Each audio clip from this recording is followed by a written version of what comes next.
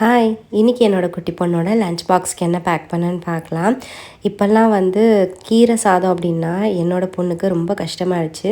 சின்ன வயசில் அவளோட ஃபேவரட் ஐட்டம் கீரை சாதம் தான். ஆனால் நான் என்ன நினச்சேன்னா, வளர வளர நல்லா சாப்பிடுவாங்க, அவங்களே சாப்பிடுவாங்க, நம்மளுக்கு வேலை குறையும், ஊட்ட வேண்டிய இதெல்லாம் இருக்காது அப்படின்னு நினச்சேன். ஆனால் என்னோடய பொண்ணு வளர வளர தான் சாப்பிட்றதுக்கு ரொம்ப அடம் பிடிக்கிறா.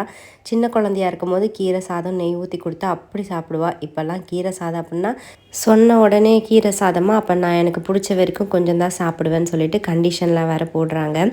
என்ன மாதிரி நீங்களும் நினச்சிருந்தீங்கன்னா கமெண்ட் பண்ணுங்கள். இன்னமும் எத்தனை அம்மா குழந்தைங்களுக்கு சாப்பாடு ஸ்கூல் போய் அவங்க காலேஜ் போயும் ஊட்டிகிட்ருக்கீங்க அப்படின்ட்டு கமெண்ட்டில் சொல்லுங்கள்.